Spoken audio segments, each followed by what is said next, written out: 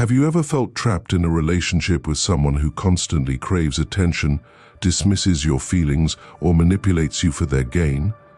If you've ever felt manipulated, controlled, or drained by someone who always seems to put their own needs above yours, you may be dealing with a narcissistic personality. Narcissism is more than just a buzzword. It's a toxic pattern of behavior that can wreak havoc on relationships, friendships, and even your mental health. But here's the good news. Through the timeless wisdom of Buddhism, we can find peace and strength, even in the face of narcissism. In this video, we'll break down the core traits of a narcissistic person and explore how Buddhist teachings on ego, mindfulness, and compassion can help you navigate these difficult dynamics. Whether it's a narcissistic boss, friend, or family member, the path to inner peace starts with understanding, and you're in the right place to begin. Before we begin, if you like the content on this channel, please subscribe to keep me motivated to share more Buddhist wisdom with you all. Let's begin now. To fully grasp how Buddhist teachings can help us deal with narcissists, we must first understand what narcissism is. Narcissism is more than just being self-centered or vain. It is a personality disorder where an individual displays an inflated sense of self-importance, a deep need for admiration, and a lack of empathy for others. Narcissists often manipulate people to maintain control and prioritize their own needs above all else. Narcissists typically exhibit a range of behaviors that make relationships with them difficult and emotionally exhausting. Let's break down the most common traits. The first trait is grandiosity and sense of entitlement. Narcissists often believe they are superior to others. They crave admiration and expect special treatment without necessarily earning it. This can lead to arrogance, where they dismiss the opinions or needs of others. Second trait is manipulation.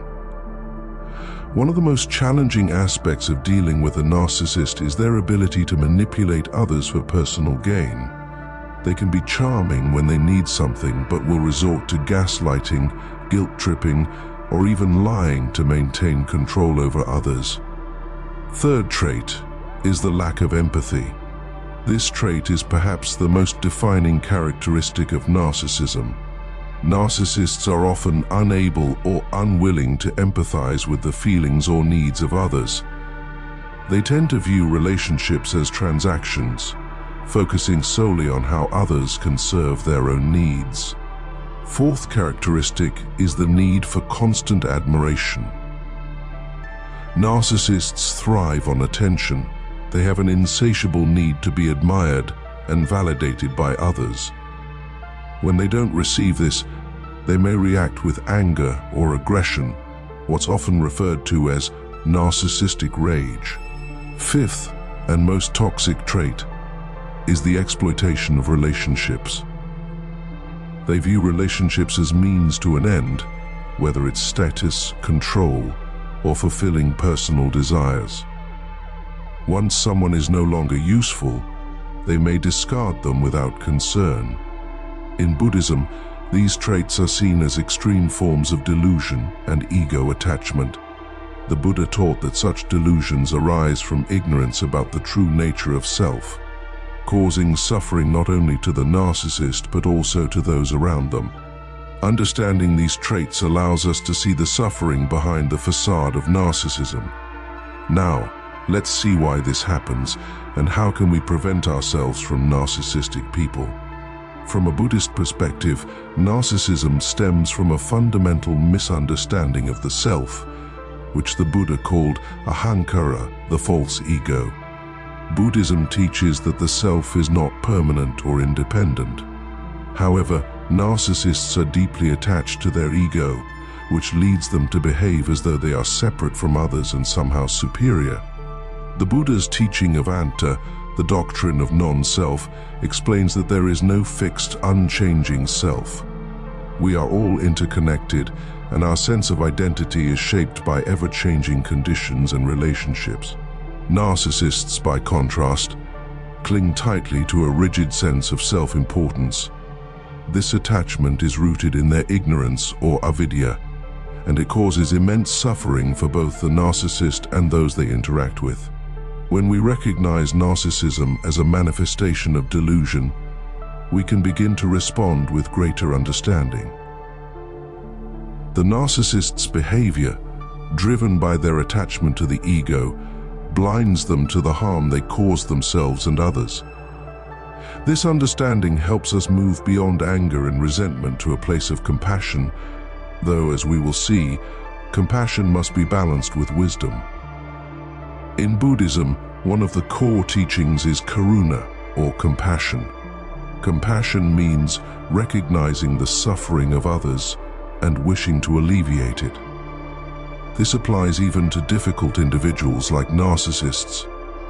However, Buddhist compassion is not passive acceptance of harmful behavior. It must be accompanied by wisdom, knowing when to set boundaries to protect ourselves. Dealing with narcissists can be exhausting because they often overstep boundaries, leaving us drained or manipulated. So, how do we practice compassion without becoming victims of their behavior? The Buddha taught the importance of right action, one of the steps in the Noble Eightfold Path. This means taking actions that are kind but also wise. Always remember that setting firm boundaries with a narcissist is not unkind, it is a necessary form of self-care. You can be compassionate towards their suffering, but it does not mean accepting mistreatment.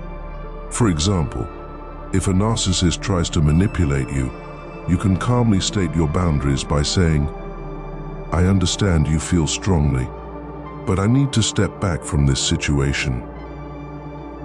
This approach avoids escalating conflict while maintaining your emotional balance. Remember, compassion for others does not mean sacrificing your own well-being. Mindfulness is also one of the most powerful tools Buddhism offers for navigating difficult relationships. When dealing with a narcissist, it's easy to get caught up in emotional reactions, whether it's frustration, anger, or a desire to please them. However, mindfulness allows us to observe our emotions without becoming overwhelmed by them. Through mindfulness, we develop the ability to stay present and centered, even in the face of conflict. For instance, when a narcissist tries to provoke a reaction, instead of immediately responding, mindfulness helps us pause, take a deep breath, and observe our thoughts and feelings. This gap between stimulus and response is where our freedom lies. In mindfulness, we realize that the narcissist's behavior is a reflection of their suffering, not ours. We can then choose how to engage, rather than getting pulled into their emotional storm. This helps us maintain emotional resilience and prevents us from being manipulated or controlled. Another transformative practice is Metta, or loving-kindness meditation. This meditation involves sending love and compassion to all beings, including those who are difficult or cause us pain.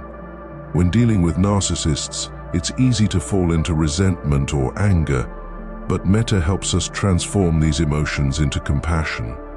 During Metta meditation, we silently repeat phrases like, "May you be happy," "May you be free from suffering." These phrases can be directed first toward ourselves, then to people we love, and finally, to those who challenge us, like narcissists. While this may feel difficult at first, over time it helps to soften feelings of anger and resentment, freeing us from the emotional burden they cause.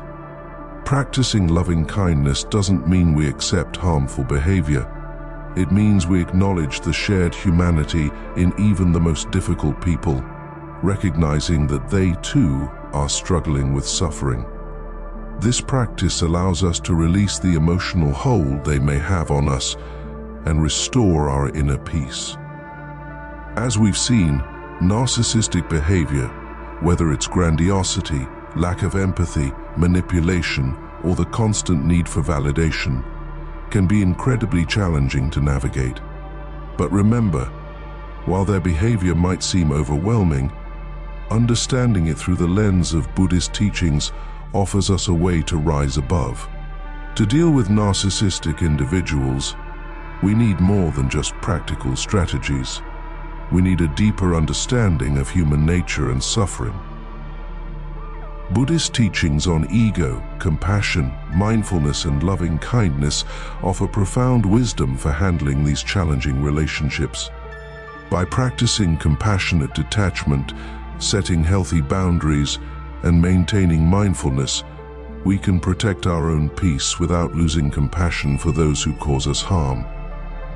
Ultimately, remember that dealing with narcissistic people is not about changing them, but about transforming how we respond. By anchoring ourselves in compassion, wisdom, and inner peace, we protect our well-being and free ourselves from the emotional hold that narcissists may try to impose. Thank you for watching. If this video resonated with you, don't forget to like, share, and subscribe for more insights on how Buddhist wisdom can guide us through life's most difficult relationships. Comment below your experience of dealing with a narcissist. May you be free from suffering and live with compassion.